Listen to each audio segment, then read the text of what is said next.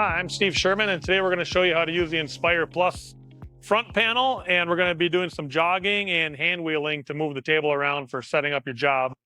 So when you're on the main screen, if you press F2 jog, you'll get a touch screen of all your X, Y, and Z axis. So if you press X negative, your table will move in the X negative direction, X positive, Y negative, Y positive, and the same with your Z axes. So Z plus will be up, Z negative down.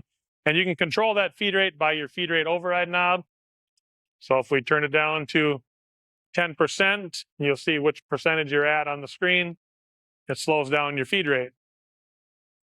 When you're finished using the jog function, you can press escape to get back to the main screen. And if you want to use the hand wheel knob, you can press F3 hand wheel and now select which axis you want to control. I'll select X. And again, you can use the feed rate override knob to control your speed. And you'll see on the bottom left corner, your distance per click. So right now I'm in X. If I move to Y, and same with your Z axis.